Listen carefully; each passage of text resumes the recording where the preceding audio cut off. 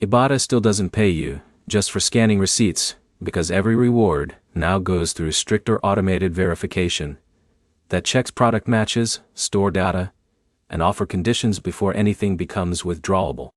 By the end of this, you'll understand what actually changed in Ibotta's system, how it affects your cashback speed, and what you need to do differently so your rewards don't get delayed or rejected.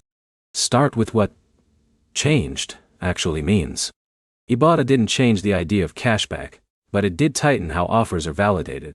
That means fewer loose matches get approved automatically, and more purchases are checked against exact offer rules like size, brand, and product variant.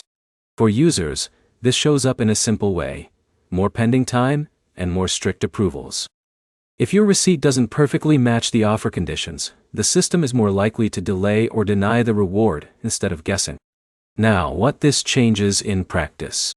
Before, some users could get away with similar products and still see rewards go through. Now, the system is more precise.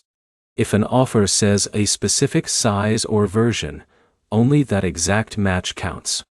Even small differences can block the cashback from processing.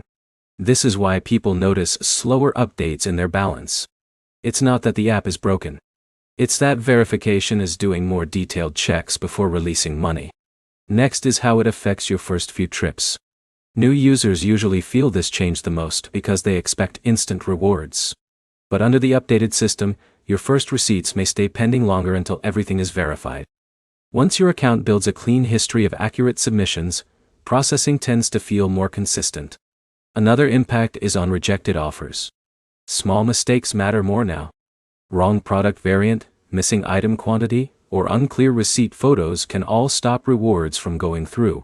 So the real shift is not how you earn, but how carefully you have to follow the offer instructions before shopping.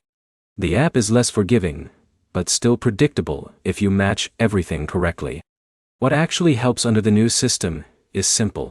Activate offers before shopping, double-check product details inside the app, and submit clear receipts immediately after checkout, so nothing gets flagged for confusion. Summary. Ibotta's update made verification stricter, not the reward system different. Exact product matching matters more. Clean receipts and careful offer selection reduce delays. Next step.